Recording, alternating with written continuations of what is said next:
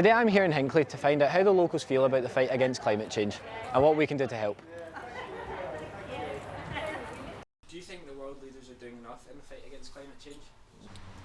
I think they need to sort out a bit more in terms of the infrastructure for electric vehicles, because obviously that's the way it's going, but if you want to go for a proper decent journey, you're still going to be stopping for quite long times to charge vehicles up.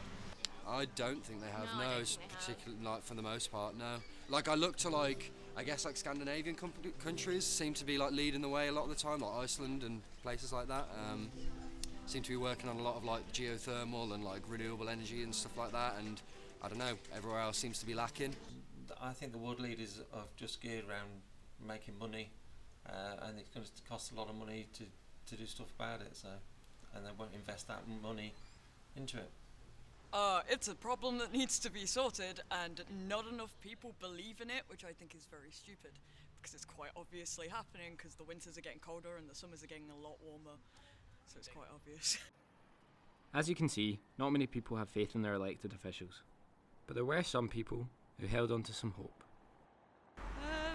Well, if they can find a way of working together, I think we could come to some conclusions, but at the minute there's a lot of countries who, for obvious reasons, don't want to commit to too much.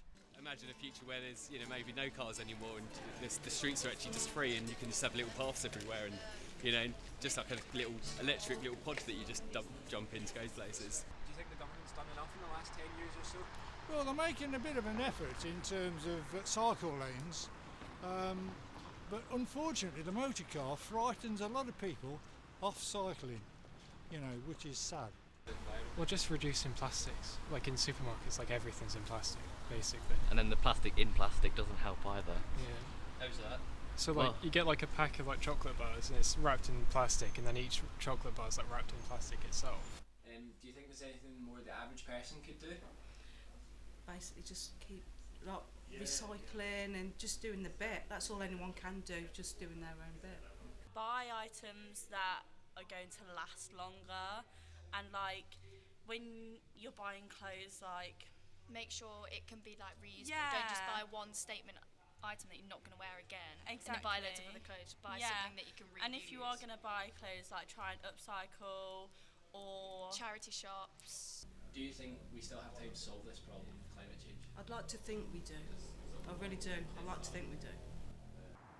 So we've heard from the people of Hinckley, but how do you think climate change will impact our planet in the years to come?